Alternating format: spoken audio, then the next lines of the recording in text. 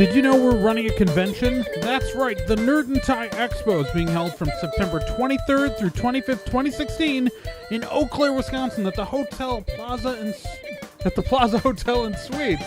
I can speak English, I swear, and if you pre-register right now, you can hear me speak English in person, along with other human beings who do exist on this planet. And isn't existing the whole reason to go to a convention? I don't know. I got lost there. But you should still pre-register. Pre-registration online is only $30. Do it now and be amazed. This episode is also brought to you by fans like you. If you'd like to help support Nerd and Tie, go to gofundme.com/nerdandtie and help us out. We got some stuff going on that, costs money. So, do that. We do. On this fortnight's edition of Nerd and Tie, MST3K knows where it's broadcasting from. The Justice League and Wonder Woman movies have trailers. Chris Wood is in Supergirl's pod. Ghost Rider is coming to S.H.I.E.L.D. And we know who Captain Marvel is. The new Star Trek series has a name and a ship. And Trae and I were at Kitsune Kon. It's another edition of Nerd and Tie. Woo! Woo! Yay! Hopefully the video doesn't go out at any minute. It will. Oh wow, no. we are. We've got this show tied together tonight with twine. Like, I'm already at like 97% of my CPU right now. Oh. It's rough. We're gonna power through this, maybe. Hopefully, this is watchable. I have no idea. Like, last time this happened, we turned into a slideshow. So, stuff happens, man. It's exciting. Make it work. I'm trying. It's always exciting here, though. I mean, this is what we get for recording on a Tuesday, I tell you. Oh my God, everything that could have gone wrong putting the show together has gone wrong. Like, you just have no idea. So, well, I guess for those of you in our listening and viewing audience who don't know us, hoping to God his computer doesn't explode into Krypton, we have the unstoppable Trae Dorn. Hello. Just off of warmer than he's comfortable, but just off of a musical theater hit weekend, we've got Professor Fur. It's true. I am way too warm right now. And just for the record, the audio version is recording fine because we do that on a separate device than the broadcasting. So if the video ends up completely foobarred, remember, there's always the audio version of the podcast you could be listening to right now. And you audio listeners are ahead of the game because we've spent more money on you. Heck yeah. And approving of you audio listeners, I'm Nick Izumi. Jeez. I am happy to be here this fortnight, though. This is actually going to be a fun episode because we have mostly good news, I think. I would say all good news, just about, like... It's a happy little rundown we got going on. We're not starting out with saying we remember somebody. This is true. As far as we know, nobody died. Knock on wood. Everyone knock on wood. Everyone knock on wood right freaking now. Okay. I mean, besides the original Lois Lane. Right. Yeah. Oh. Right. Well, we wanted to not start with. Jeez. Oh. Get us into some happy news right away, Nick. God. Well, we've got some really happy news because as we've been reporting on and off, Mystery Science Theater is returning. Brand new. I know. 14 new episodes. Brand new hosts. Brand new Mads. New actors playing the bots. We've just been wondering, where are we going to be able to watch this amazing return of really one of collectively our favorite TV shows ever? Well, we now have the answer from San Diego Comic-Con. MST3K, the new season, is coming to Netflix. There you go. Netflix is becoming my favorite TV station more and more these days. I mean, Well, it's looking at it from a business standpoint, this is probably one of the smartest moves Netflix could have made. Netflix has to pretty much put next to nothing into the funding of this show because it already got funded. They might throw a little bit in its direction, but they have literally nothing to do to get it off the ground. It's already there. So to put this on a station that has poured billions of dollars into other original programming, this is a major win for Netflix from a business standpoint. Whether or not, I'm sure the viewing numbers are going to be fine and whatnot, but to get an original show that has this huge cult following for next to nothing is genius. I agree. There's really, I'm just really happy that it's on a streaming service that I already have, and I can watch the episodes when it's convenient, and I cannot wait to see what new stuff the good folks at MST3K are bringing us, because not just because I helped fund it, I did, but I just have been jonesing for some movie riffing, and I'm just so happy that it will be in a place where I can watch it nice and easy, and I don't have to. Hopefully, I won't have to worry about having to subscribe to another silly service in order to watch new episodes. So, yeah, I think Netflix is a good home. I think that honestly, with Netflix as I did up. Part of me is going like, oh, I paid for such a high level to make sure I get copies of the episodes on the off chance it went on some service, and now I'm going to get the episodes on that service I'm already paying for. So part of me is like a little, aw, shucks. But it also means, though, that I'll be able to reliably watch the new season on every device I own. Because, that's the nice part, is that you can watch it from anywhere, really. Yeah, because as much as I love, VHX, it's not as reliable as I own Camp Dakota on VHX, but I last watched it on Netflix because it was a more reliable experience. So. Yeah, I don't think there's anything really else to say other than great. Now we know where to watch it, so stay tuned to Netflix for another season of Mystery Science Theater 3000. In the not too distant future. See what you did there. Next Sunday AD. There was a guy named Joel. Jonah? Not too different from you or me. You and me. He worked at Gizmonic Institute. Just another face in a red jumpsuit. Hey, speaking of red jumpsuits. Well played. So as Nick mentioned, San Diego Comic-Con happened, and that's where MST3K was announced to be on Netflix. But oh my word, did a whole lot else happen at San Diego Comic-Con this weekend. It was insanity. It was amazing how many cool things we got out of San Diego Comic-Con. And one of the things that we'd been waiting for a long time, on bated breath, just maybe to see if it was any good. Please let it be good is kind of what we were saying. Was a trailer for Zack Snyder's Justice League. Third time, and we got a trailer for Zack Snyder's Justice League. And let's see, it has Batman, it has Bruce Wayne as Batman, it has Aquaman in some old fishing village, and it's got Barry Allen watching Rick and Morty season 2. And it's also got, you see Wonder Woman, and you get a couple of glimpses. You get Cyborg, and you get to see other people, but the heavy focus is really on Barry Allen and Aquaman in the first trailer we get for Justice League.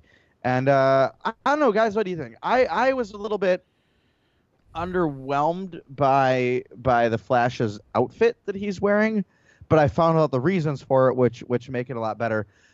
But I also... I miss Grant Gustin as the Flash. They're basically lifting his personality. They're lifting his personality from the CW show and putting it on this Barry Allen. They've Wally Wested Barry Allen a second time. Yeah. And it's I swear to God, we always talked about how Grant Gustin's Barry Allen was so Wally West, but I don't know. Actually, like this Barry Allen, like even the tiny bit feels even more Wally West. Yeah, because than Grant Gustin's. He's not even a forensic scientist in this one, right? Well, he's just we don't know. He's just some kid. I don't know how old the character's supposed to be because Dawson casting has ruined all age perception for me for television. Can we also talk about the fact that we were just apparently not allowed to cast Barry Allen with his actual hair color? Yeah. I find that hilarious. Like we have had I think the live last action Barry Allens in the last few years, and neither of them are blonde. Yeah, John Wesley Shipp is the only appropriately hair-colored Barry Allen that I can think of on live action, and yeah, he's playing Jay Garrick currently. Spoiler. John Wesley Shipp. Now, he is the most dangerous Flash actor because he has been Golden Age Flash, Silver Age Flash, and Reverse Flash in one cartoon.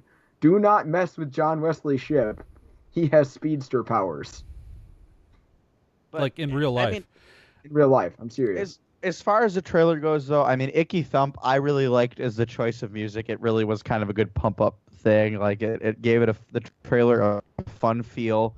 I liked that there were jokes. I mean, like, the fact that there was a sense of humor at all was welcome because, like... Batman grew a sense of humor between movies. And made me want to, just do terrible, sad things, but it made me terrible and sad, so... Well, the important thing is once Superman died, Batman felt comfortable enough to make jokes. That's what that told me. That's another spoiler for Batman versus Superman. Although they're not even pretending they're not even pretending that he's going to stay dead in promotions for Justice League. Yeah, well, even in Batman v Superman, they didn't even pretend he was going to stay dead.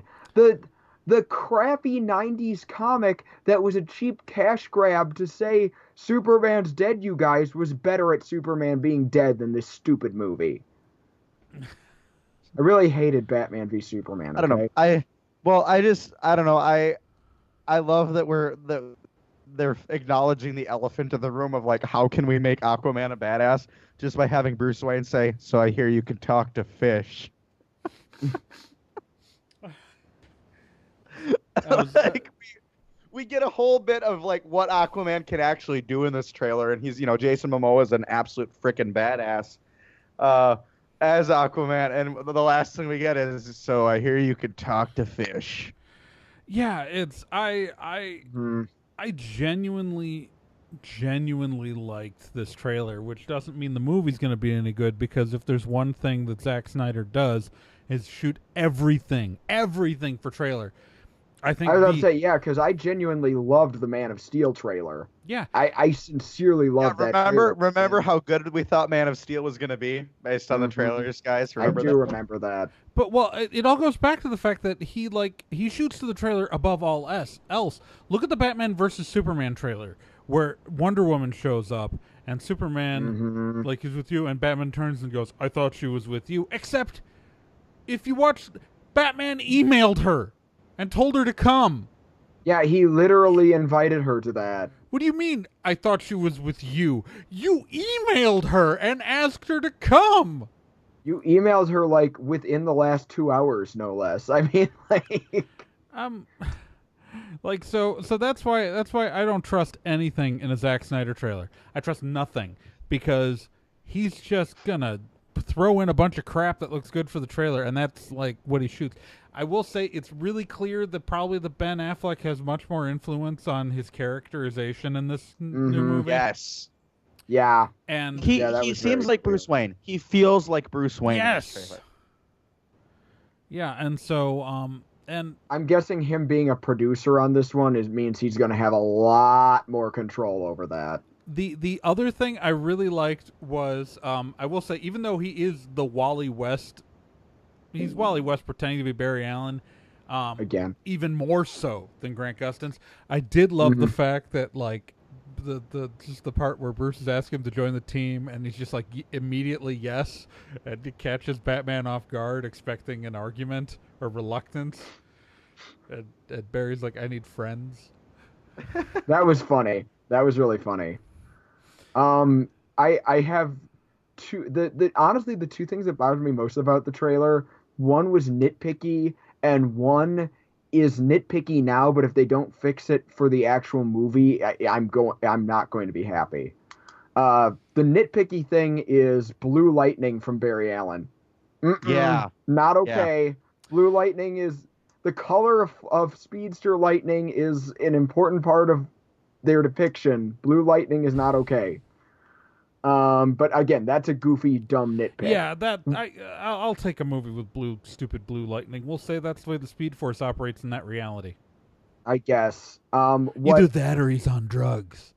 Well, yeah. I mean, I'm just saying that's a nitpicky thing. That's not going to ruin the movie for me. What could ruin the movie for me, though? Zack Snyder being Zack Snyder. Well, obviously that.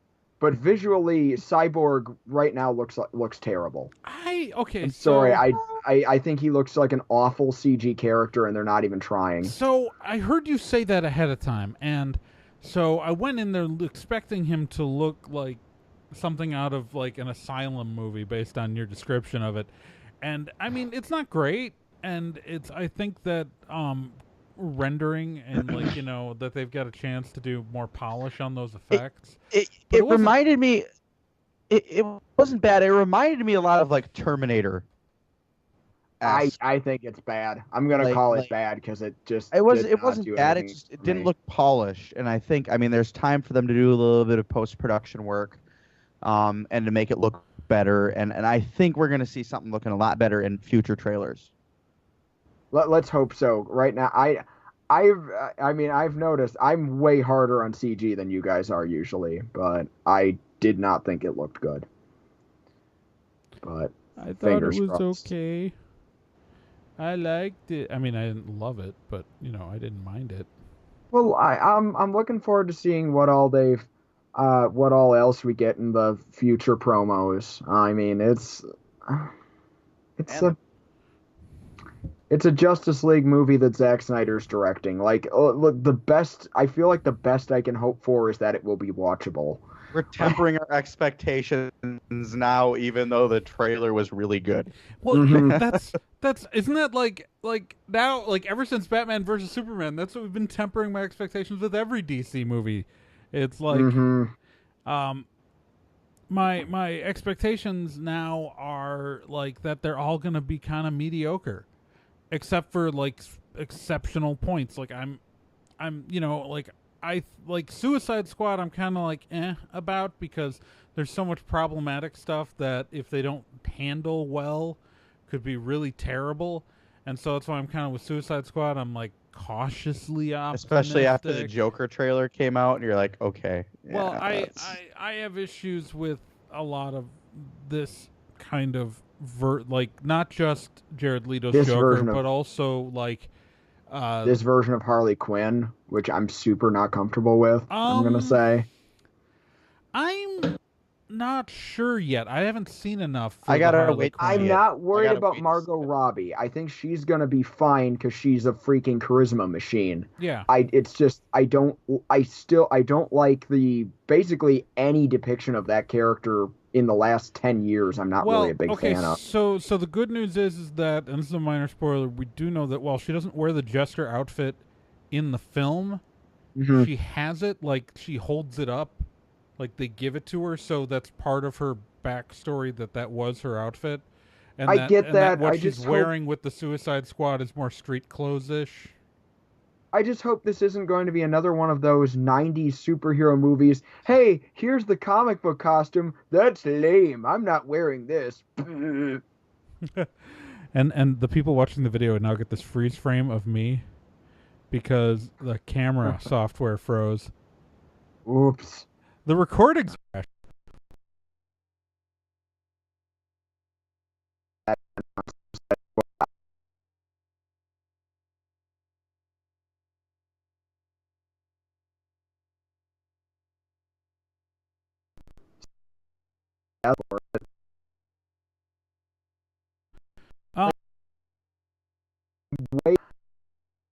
And I'm worried if I'm going to buy him as someone who kills people for money, but his costume looks cool, and some of the scenes in the trailer, he's pretty funny. So Yeah. I don't know. um, I'm cautiously, but to go back to my point though is like there's other films in the franchise that I'm excited about, like the Ben Affleck movie Batman. You know, like that looks like it's going to come together well. And also there's we got another trailer that Comic-Con that could be good. The other DC trailer that we got that I'm a lot more optimistic about personally was the Wonder Woman trailer. We finally get the trailer of Gal Gadot leading this, still confused by why it's set in World War I, but this World War I Wonder Woman movie. Oh, it's super obvious why. So they don't, because Captain America called dibs on World War II? Watching the trailer, all I could think about was Captain America, the first Avenger, to be honest. That's exactly I still got that feel. Yeah, they wanted to do that kind of movie because like her origin is set in World War II normally, but you know they didn't want to make Captain America the first Avenger, but they needed to still for her origin film. Or they could do what George Perez did and just sidestep World War II entirely and set it in the modern time. Cool, because it's gonna be really cool. Chris Pine in a trench coat. Oh yeah, no, like that trailer I thought was pretty cool. There were a lot of nice nods to the original comic. There were Wonder Woman talking to the secretary at the end of the trailer actually made me laugh out loud. Candy, yeah. Yeah, that was really good. Go ahead. I just think it's really cool that we get that we're finally. I mean, I'm hoping that it's going to be kind of one of the things that you can look back and see like the Linda Carter era and see like, yes, it did it justice. My biggest qualm with this trailer is again really goofy nitpicky thing. I really hope that we're going to have like, or maybe this isn't even a qualm. I guess I'd like to praise them for not spoiling who the big bad is yet. Because, I mean, all we really saw in the trailer is Wonder Woman fights Germans. Wonder Woman fights Germans. No real sign of who, like, her big endgame boss is going to be. And I'm kind of cool with that. Also turns out to be the Germans. Maybe it will be the Germans. That would be, kind of retro. But, it's a war, so maybe... her big bad for a lot of her run was Ares, so... Well, she's showing Ares is probably going to be the big bad. Yeah, and that makes sense, though, because she's showing up in a war. Yeah, exactly. Ares is the god of war. Ares would be a great big bad for her story, yeah. And he's going to be one of the Germans. German Ares. And he's going to wear some sort of mask and pull it off and be red-faced for some reason. It can't just be a remake of Captain America: The First Avenger. I mean, I'd be okay with that. I really like Captain America: The First Avenger. Yeah, it's probably my favorite of the Phase 1 Marvel movies. I'd love to see Chris Pine as Peggy Carter. Oh my God, that's what it's gonna be, isn't it? That's totally what it is at this point. Chris Pine will be good. I like. Well, especially since apparently her love interest in current time is going to be a descendant of Steve Trevor, who is also played by Chris Pine. So it's like, oh man. I love, as awkward as that is, I always feel bad admitting how awkward that is in Captain America because the Steve Sharon relationship in the comics is written so well. And it's hard to explain that to people because all they've seen is the movie where it's really awkward and weird. Oh. But no, the Wonder Woman trailer looks badass. It looks good. Again, it's a DC movie, so tempered expectations. Well, but I think it's not Zack Snyder, though. Zack Snyder did help write. Zack Snyder is credited as a writer, so temper your expectations accordingly. Yeah, but Yeah. Here's the thing.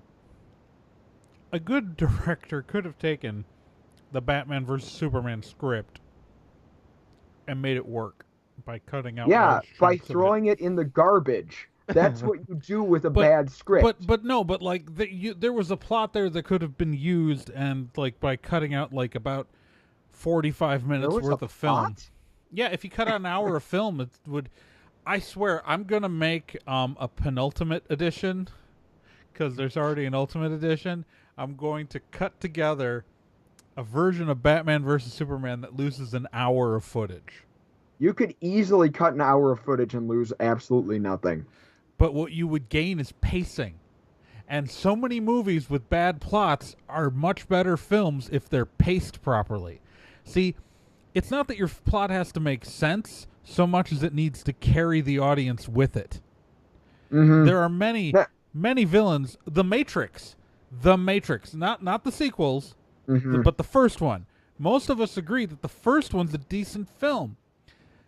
It has a premise that makes zero sense. Mm-hmm. And what happened, the reason why the sequels are a problem is because they kind of keep telling you what the premise is, and Mhm. you have to keep confronting that it makes no sense. But in the first movie, it's all paced really well, because if there's anything the Wachowski sisters know how to do, it's pace a movie. Indeed. And so you don't think about the fact that it doesn't make any sense. If we cut... Yeah, if Batman v Superman was an hour and a half long, Yeah, I'm thinking... I don't think it would be nearly as bad. Yeah, I think we can make a 90-minute cut of the film. You could probably cut Scoot McNairy out of the film entirely. Easily. You could cut the entire congressional plot out of the movie. Which is too bad, because I love the movie Monsters. I'm not sure where you're going with that. No, it stars Scoot McNairy. Oh, okay. There wasn't like a complicated metaphor. I haven't seen Monsters. I'm sorry. Oh my God, you should see it. You'll see exactly how much of a I like Godzilla, but Gareth Edwards made a much better movie with Monsters. Somehow that doesn't surprise me. Yeah, and a smaller budget. Once again, doesn't surprise me, because if you might remember, go back to our review for Godzilla. That was one of my comments was, I feel like Gareth Edwards doesn't know what to do with lots of money. Well, I know Roland Emmerich doesn't know what to do once he has the CGI effects to do anything. Mm-hmm. It's more, it's kind of the opposite problem. Like, you have the resources to do it, but you don't want to use them, or you're afraid to use them because you're coming at it from the outlook of, oh, this is going to cost money, I better not use it. Well, Monsters was like rendered in like over years in like back bedrooms for the special effects. Yeah, so like I know its production history. I've just never watched it. It's really good. But like sequel not so great.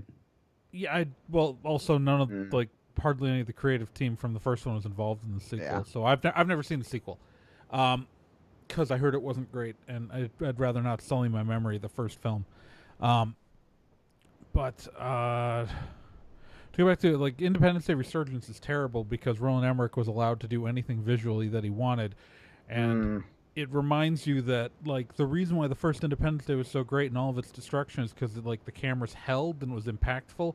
And what you realize watching the second Independence Day movie is that the only reason why he had those static shots that really sold the destruction and made the impact hit was because in the 90s, when half of its practical effects, they just can't move the camera. It was it was all miniatures when they blew stuff up. The spaceship was it was a composite with CGI animation. Like the explosions were all miniatures. Yeah, all the building destruction was miniatures, and so they were all static shots compositing together and stuff. And so, but that hold gave you a sense of still. So, anyways, there's so many directors. There's so many directors who we find out aren't actually that good. Like, they got lucky by some limitation, made their film great.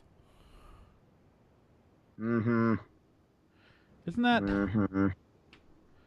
All right. But You brought up spaceships, and I think our next story does relate to spaceships and the DC universe. Speaking of DC women and spaceships, at the end of the season 1 finale for Supergirl, a Kryptonian pod crashes into the atmosphere, and Supergirl and Martian Manhunter rush out to get to it, and they open the pod, and the episode ends, not revealing who or what was in the pod. Now, for the last couple of months, there's been a lot of speculation. There have been ridiculous speculation, like maybe it's Crypto the Superdog. We could only wish. And there's been I love Crypto. And I personally was hoping it would be Comet. The cat. No, isn't No, the horse. It's the horse. Comet's the horse. It's the horse. Comet's the horse that Supergirl dated. Wasn't there a snake at one point? Pretty much every animal was super at one point. Oh, The Silver Age was weird, dude. But the horse is important because Supergirl dated the horse. That's right. I'm really glad it wasn't the horse. Yeah. I don't need no BoJack Horseman Supergirl crossover. Thank you There's very a new much. season I haven't watched yet. Yeah, I've got to get on that too. Neither have I. All right, so to go back to who is in the pod, like everything else in this episode, this came out of Comic-Con.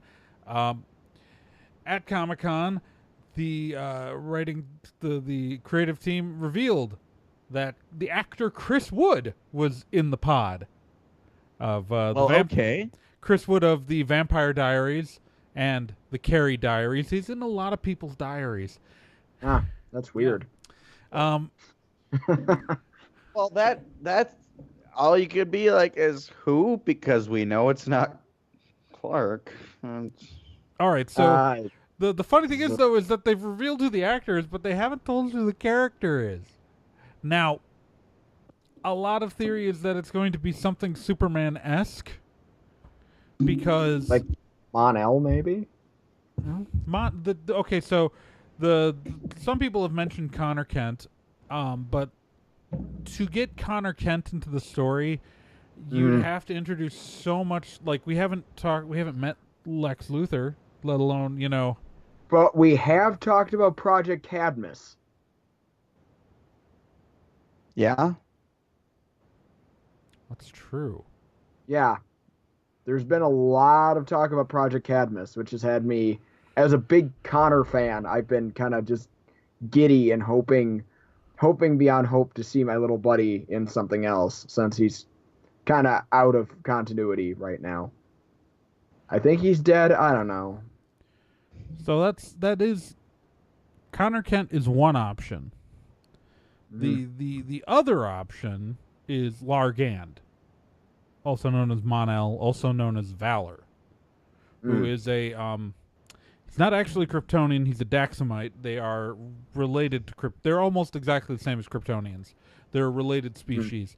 Their only difference in the comics is that rather than being the weakness of kryptonite, their weakness is lead.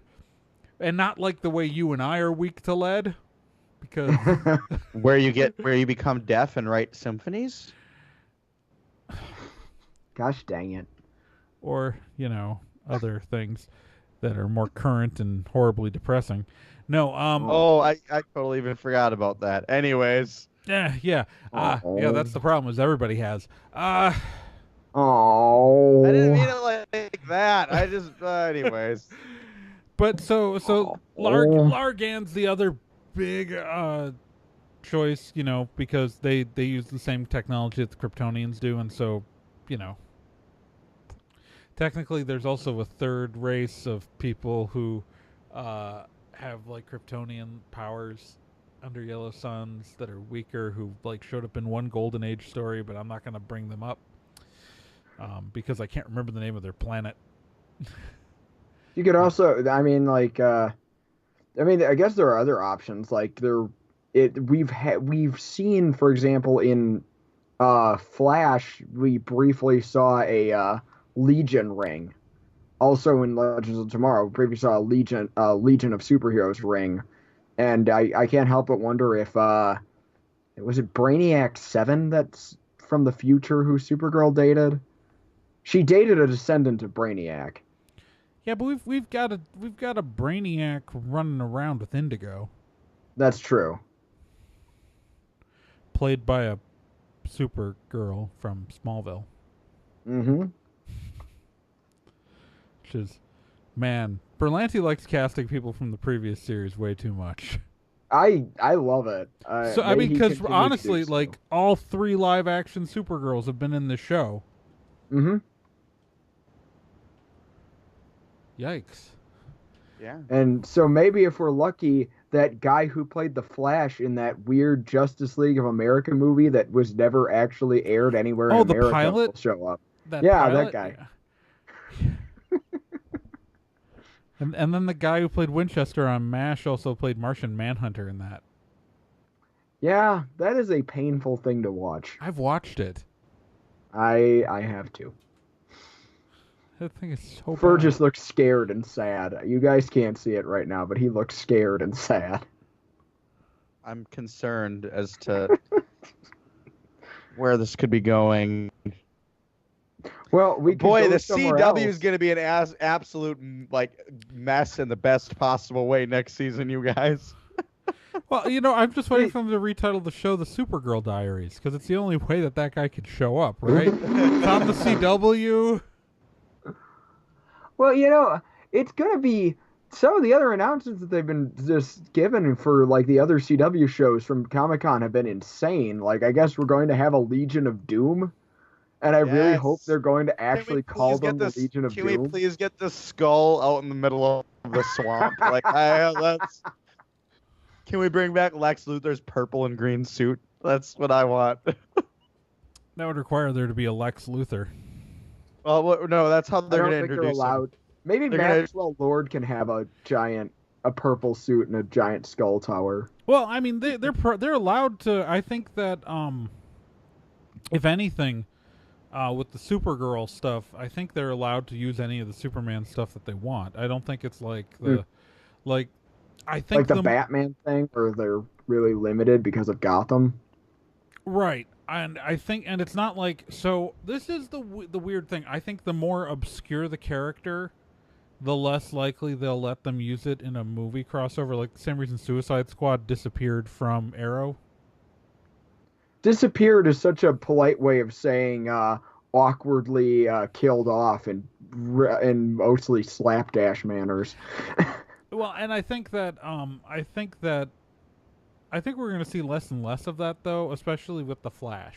Like, because everything else on with I think Supergirl, also the fact that they're letting Supergirl introduce Superman. Yeah.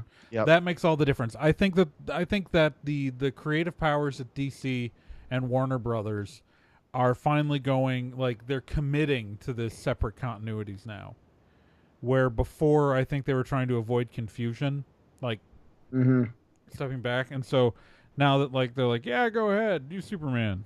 Cast some guy from the Vampire Diaries. Why wouldn't you do that? Because I think... no, he was on Teen Wolf, wasn't he? Yeah, no, Vampire Diaries. Wrong. Superman, Clark Kent and Supergirl was on Teen Wolf. Sorry, my apologies. He's very, very handsome. Wrong. Very hot. Wrong supernatural teen-focused show. I accidentally said the vampire one instead of the werewolf one. I apologize. Anyways. I don't accept any Teen Wolf that's not played by Michael J. Fox or Jason Bateman. Anyway, we have spent quite a bit of time in the DC side of things. I feel like we need to check in with Marvel. Yeah, of course, over the last couple of years, Marvel has quietly gathered up a lot of properties that they didn't really have the rights to use, Marvel Studios anyway. And now one of those is coming home to roost with Season 4 of Agents of S.H.I.E.L.D. Introducing with the vengeance, Ghost Rider. Coming into Season 4 of Agents of S.H.I.E.L.D. this fall. Robbie Rees is going to be showing up on Agents of S.H.I.E.L.D., played by Gabrielle Luna, who has been previously seen on shows like True Detective as well as Matador. Will be playing the fiery skulled motorcycle riding spirit of vengeance. Keep in mind that's right. Robbie Reyes, not the Ghost Rider that you know of. Reyes. Not, Reyes. pardon me. That last name is pronounced Reyes. Reyes. Guys, I should know better because it's spelled the same way as my favorite Blue Beetle. Who is your favorite Ghost Rider, and why is it Nicolas Cage? I don't have a... Okay, so let's... I'm just saying that Johnny Blaze is the one that people actually know who it is. It's not even the original Ghost Rider. No. There's that cowboy. But then again, neither is Hal Jordan, but he's the Green Lantern most people go to these days. Well, and also the cowboy Ghost Rider had nothing to do with like the spirit of vengeance. He was just a cowboy. They just reused the name because they owned it. Let's go back and kind of unpack this a little bit. As first said, this is going to be the Robbie Reyes Ghost Rider showing up on Agents of S.H.I.E.L.D. For those of you who don't follow Marvel Comics, the version of Ghost Rider most people are familiar with and who Nicolas Cage played in 2 movies is Johnny Blaze. Johnny Blaze rides the motorcycle, does all that stuff. But because the Ghost Rider is a personification that can be multiple people, there have been other Ghost Riders in the comics, and one of them is Robbie Reyes, who drives a muscle car. Now, and we reported on the rumor before they confirmed it because it was really obviously Robbie Reyes' character description in the casting notes.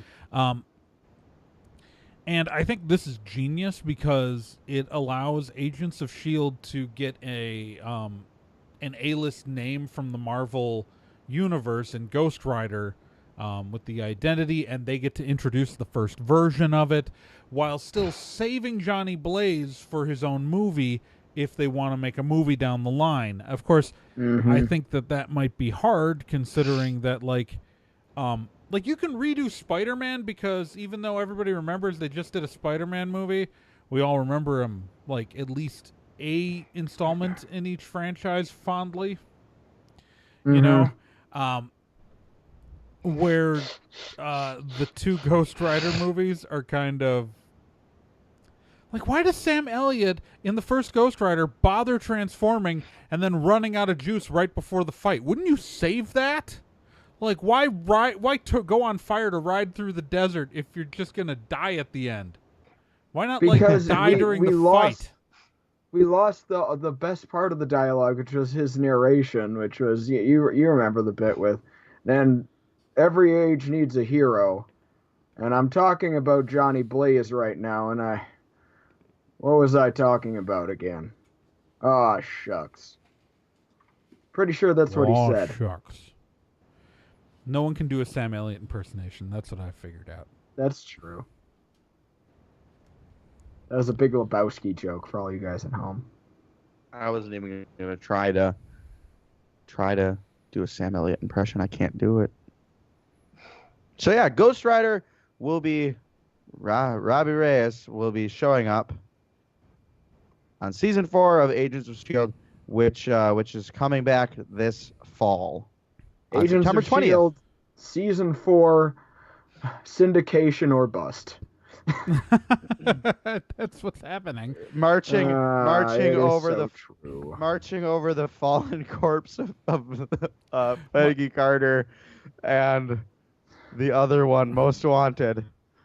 One of the most fun things about following Agents of S.H.I.E.L.D. coverage is how annoyed the actors are getting with how ignored they are by the movie franchises. Right. Like, the actress who plays Daisy Johnson is just so annoyed that, like, no Inhuman stuff got mentioned in Civil War, even though it's, like, this ongoing plot in the Marvel Cinematic Universe. And it's because the makers of Civil War didn't even realize the Inhuman plot was happening on the TV show. Oh. Because it's basically they're being run by separate entities. I mean, yeah, now they are. Yeah. They started out being run by the same people and then bifurcated when there was the whole... Joss was pretty much the split. No. Was it? No, there was a creative division where Marvel Entertainment split the TV and film divisions and put films all under Kevin Feige officially, or Feige. and it has to do, and it gave the movies freedom to actually spend money on things, but it meant that the television stuff was still under control of some of the Ike creative- Palmer. Yeah, I can never Yeah. remember the name. But yeah. Anyways, Speaking of the Marvel Cinematic Universe and the big screen, one of the most anticipated films in the Marvel lineup is Captain Marvel. Yes. Captain Marvel, which is going to be their first film with a woman headliner. They've had 2 television series in the Marvel Cinematic Universe with women headliners, with Agent Carter and with Jessica Jones, but Captain Marvel is their first headlining woman film. Woman headlining film. Words go in orders in sentences, I'm told. Sometimes. Well, the film's not due until March of 2019, and so quite a bit is out. It doesn't have a director yet, but it has a script and it has writers, so it has at least a draft of the script. But we didn't know who was going to take on the role of Carol Danvers, and the answer was officially announced. It's been rumored for about a month now that this is going to be the casting, but it was officially announced and confirmed at San Diego Comic-Con that actress Brie Larson will be taking on the role of Carol Danvers. Now, Brie Larson just was in the critically acclaimed film Room, but you also may know her from various things, like she's amazing in United States of Terra. She's great in Community as Abed's girlfriend in a couple episodes. And the only good thing to come out of Community Season 4 is Brie Larson's casting. And don't forget that she was Envy and I always Scott forget Pilgrim she vs. was. the I World. always forget she's Envy in Scott Pilgrim. And yeah, She used to date Superman / the Atom.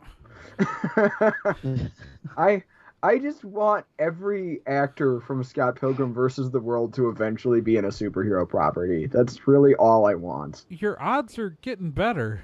I know, it's We've got great. Chris Evans, we've got Brie Larson, we've got It's a dream Brandon come true. Routh. It's wonderful. You know- I'm jazzed. You know who needs to play Nightwing? Joseph Gordon-Levitt. Michael No. Cera. No. Wait.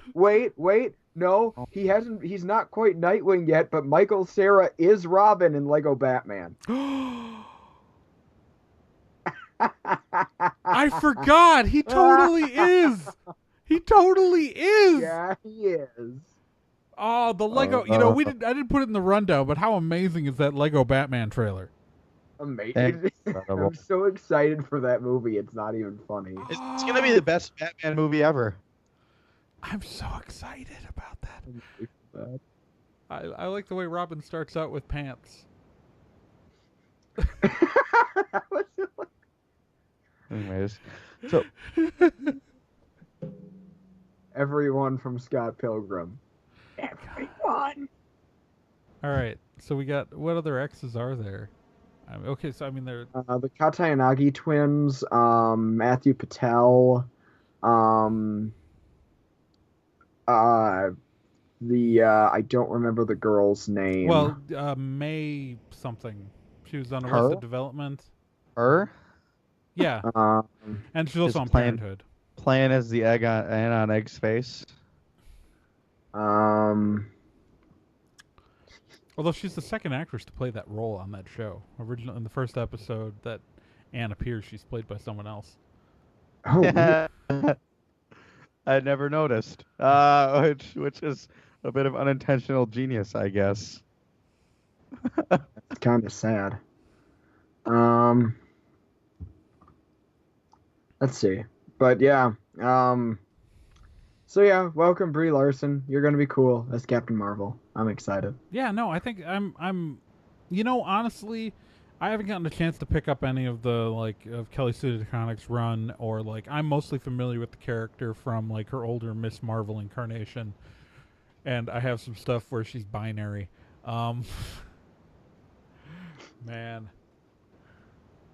I mostly the only times I've actually read her under the title of Captain have either been in Avengers books or in Kamala's books. So, Yeah, that's true. So, you know, but yeah, no, I'm jazzed. That's good casting. It'll well, so work. it's why though that like I don't like have a strong opinion about like necessarily that whether or not Brie Larson. Like usually when we talk about these characters, I have a strong opinion. Like about the casting. Like even like I thought Benedict Cumberbatch was an excellent choice for Stephen Strange. We'll Hmm. see how that turns out, but like he looks like Stephen Strange. Um, like and but the problem, and normally it's though I have some knowledge of the character. Like I thought Ryan Reynolds was terribly cast as Hal Jordan. Yeah, and you were right. Yeah, I mean, mostly because Hal Jordan needs to be slowly drowned in a river, um, colored I liked yellow. him better when he's Um, this. I like him better when he's the Spectre. it's true. I think Hal Jordan, like Jason Todd, is best when dead. yeah. Um, Hal Jordan and the Green Lantern Corps is still a good comic book. I right. like it. Well, no, but so my point is though, but because I don't really like, I'm not as familiar with Captain Marvel, Mhm. with the Carol Danvers Captain Marvel, I should say, because I am familiar with Marvel a bit because I'm old. Um, I can't tell you whether or not I think like she's like good for the part, but I know that Brie Larson is an amazing actress. Mhm. So, that's that's why I'm excited. Speaking of things I'm excited about, and there's a little Mhm. ding in the earpiece there, which is me getting a text message, which is completely unimportant, but it felt like I should address the fact on the podcast that y'all just heard a ding. Um, we should move on to something else we're kind of excited about, even if Indeed. yeah. We have been waiting with bated breath for the new Brian Fuller run Star Trek show, even if we do have Oh to get it boy! off of a stupid CBS subscription service, which I'm never going to be okay with. Unless you're from outside of the U.S., in which case you get to watch it on Netflix. I'm jealous of all of you. Just this once, though. Um, but yes, we finally have a title for our brand new Star Trek series. Um, and suddenly I forgot it because I'm an It's idiot. Discovery. No, Discovery. Dear Lord, man. Dear I'm Lord. sorry. Having It's a got the beard. really awkward acronym. Well, okay. So anyway, So yeah, Star Trek Discovery. There's the it is not going to be official. It is not officially STD as the acronym. Okay, it's DSC. it is officially STD is the acronym. We just said so. No, it's DSC because you don't call Star Trek Deep Space Nine STDS9.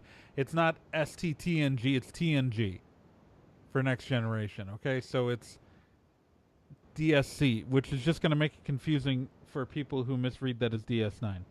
I'm gonna write DIS when I write it. Yes. So we got a title and we got the design of the ship, and the design of the ship is an updated, significantly less uglyified ship derived from the Star Trek Phase 2 Enterprise, which Trae set up as our title card. And Yeah, so this said is it before, and the I'll say it again. The original design is just terrible. video Look at viewers that. can see the Oh, original God. version right here, and that is the original Ralph McQuarrie concept for Star Trek Phase 2. It just looks awful. It just does. The design of the Discovery itself. And here's the seems- Discovery. there it is. It's like a kind of like a good version of that. Yeah, so Discovery. That's really the best way to describe it. It's a good version of that. So ugly what they've done is they've taken these nacelles, and I've got to get right now. It's auto switching, and I've got to stop it. Oh, stupid thing! Here, pause. All right. So if you notice in the original video, viewers can see this that the nacelles are tiny and the back is flat, and it there's some issues, and then on the On the updated version, the saucer's been enlarged, the nacelles have been sized up, and they've also kind of streamlined the back end so it doesn't look stupid. It almost looks like they took a Klingon battle cruiser and attached nacelles and a saucer to it. Well, Doesn't that? Just a little bit? well, if you flip Like it upside down, it does. That's what I'm saying. But honestly, you could say that about the not the Oberth class. What's the hospital ship class with the ball on the front? Oh yeah, I believe there was also a Discovery in that series too. Yeah.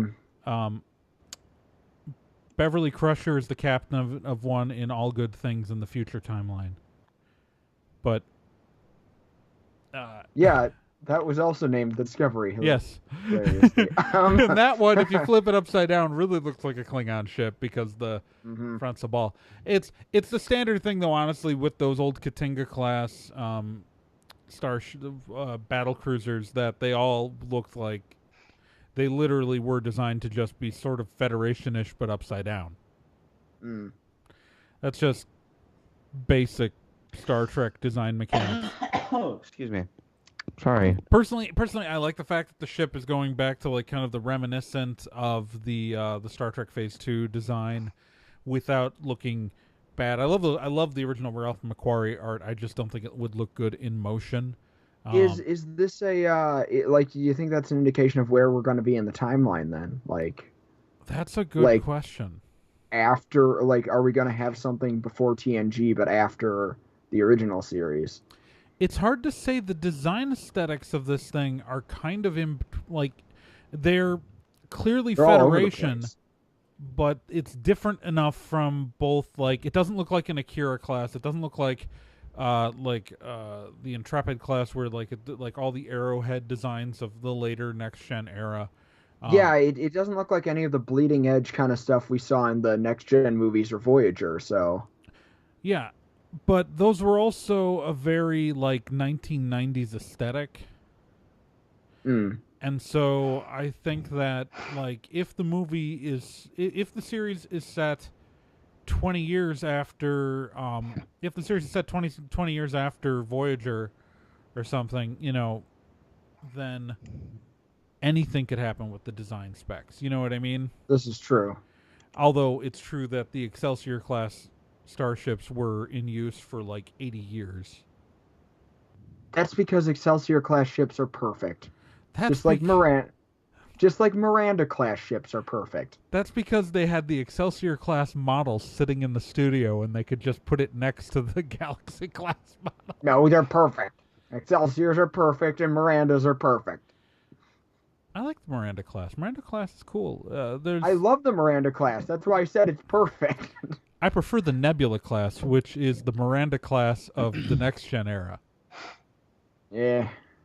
No, I mean, seriously, think about it. It's I know exactly what you mean. I like the Miranda more. Yeah.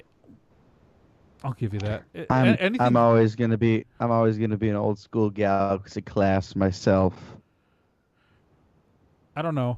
My favorite class. I ain't even mad. My favorite class is the Oberth class because it has a saucer section, and it has the saucer section directly attached to nacelles and no clear route to get to the primary hull from the saucer section. It's not connected at all. It's just look up the Oberth class. Look it up.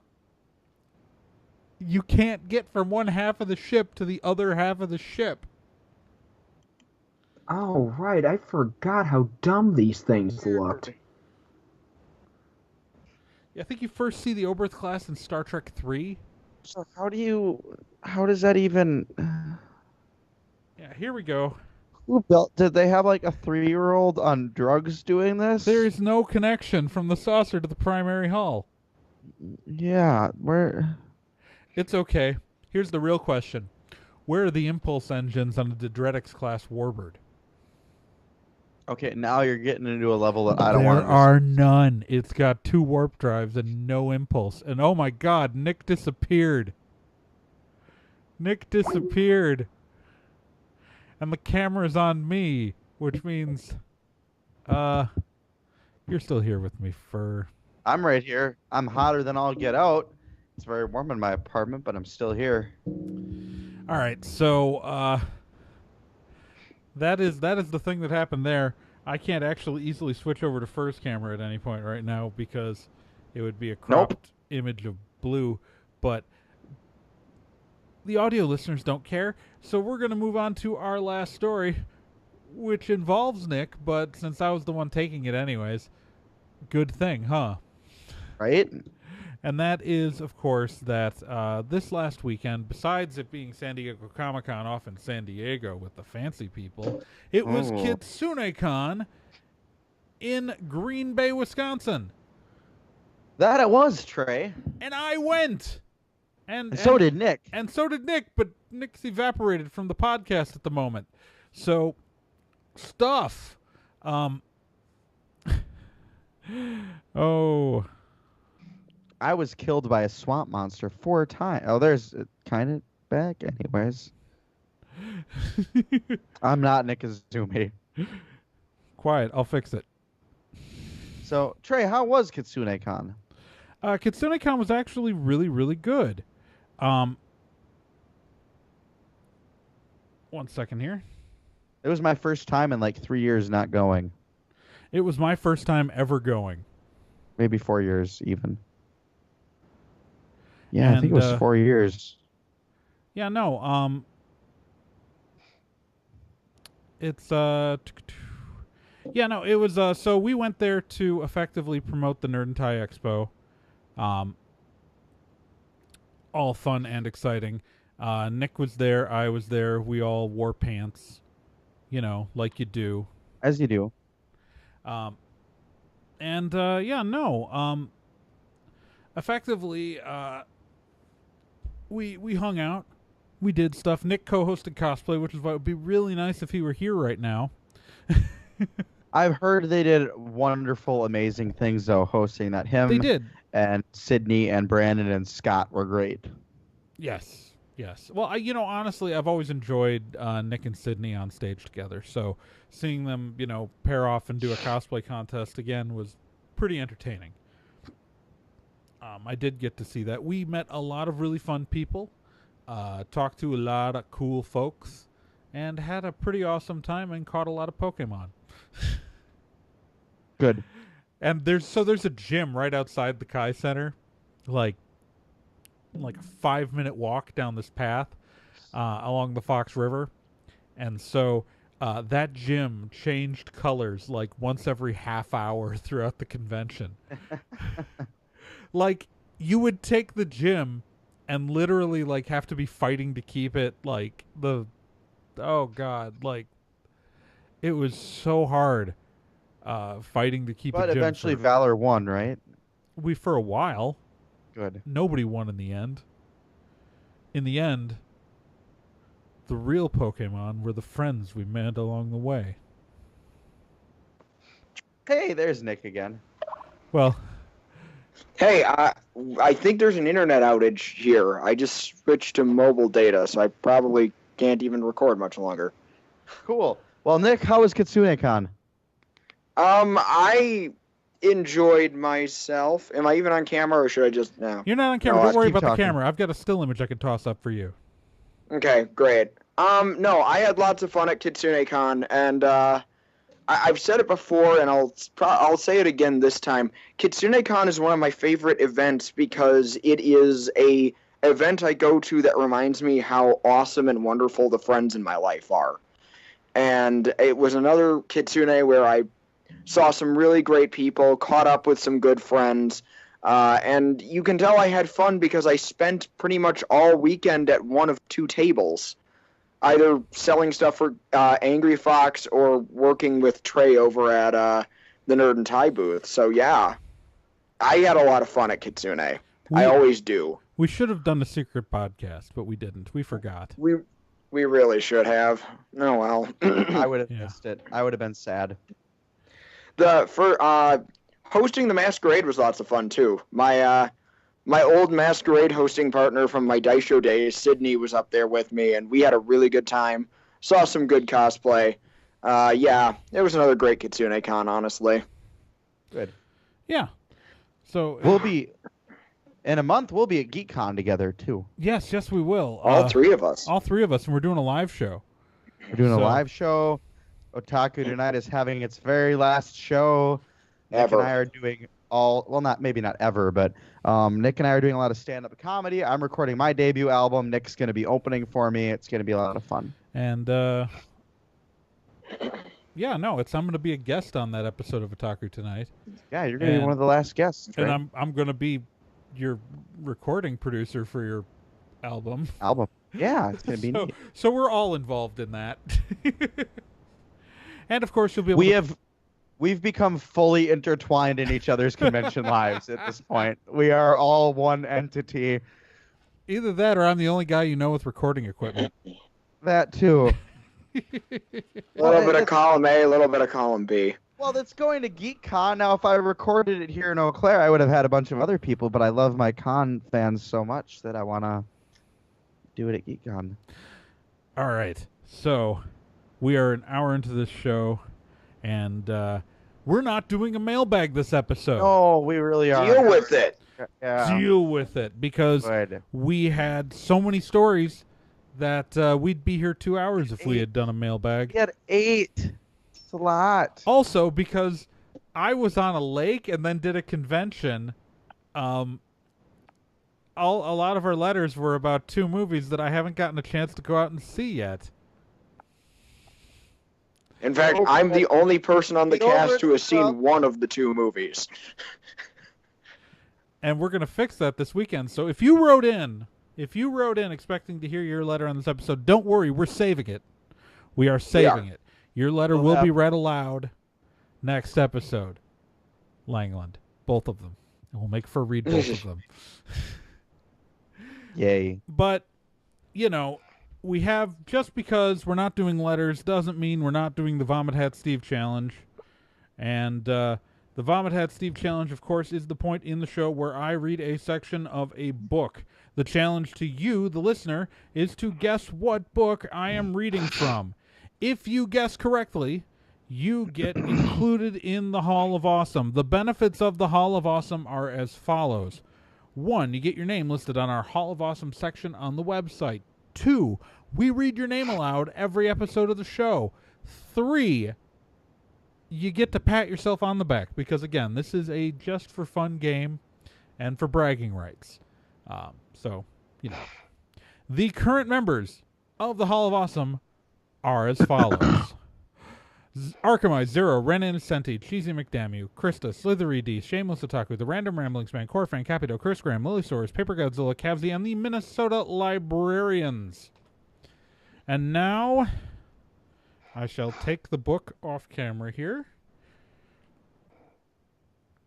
And I am going to pick a random sentence on this page.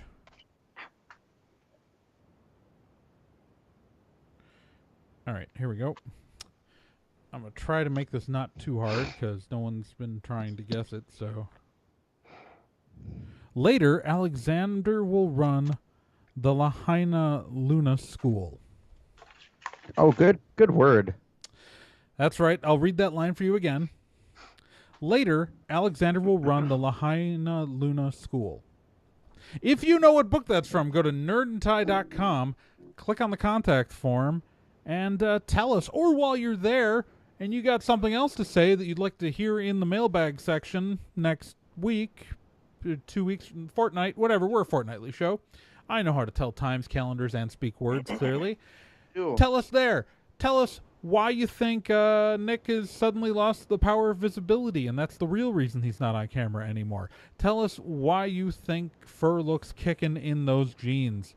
I've got new jeans. Do you guys want to look at this? Look at this. That's amazing. Here, let me put you on camera again, Fur. Our Star Trek discussion was so nerdy you broke the internet in Janesville. I hope you're happy. Yeah.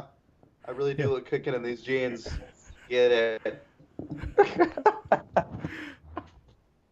All right. So, tell us what you think. Tell us what you like. Tell us who you are. Tell us what you dream to do on your perfect Sunday afternoon.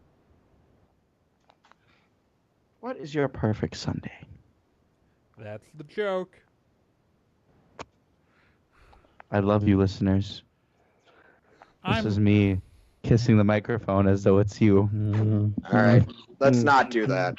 No. Nick, get us out of here. All right. As always, I'm Nick Izumi. I'm Firsters. I'm Trae Dorn. And remember, you can subscribe to us on Stitcher, on iTunes, on Google Play, on YouTube, in your mind, in your heart, in your dreams, on the day that you can become the thing that you wish to be and move forward beyond, but not through, and always dreaming of a better future. What are you on right now? Love. And as always, keep on spocking in the free world. Lampshade on Head Dance Party.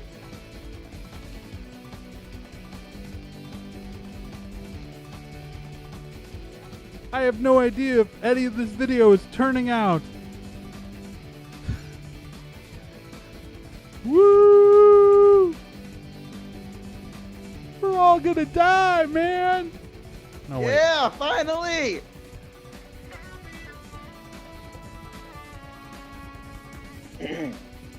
That kind of led into the sound the alarm Battle pretty of well. Long. Oh, I hate you so much right now. How do I stop this thing? Somebody's phone. By that I mean fur, not the recording.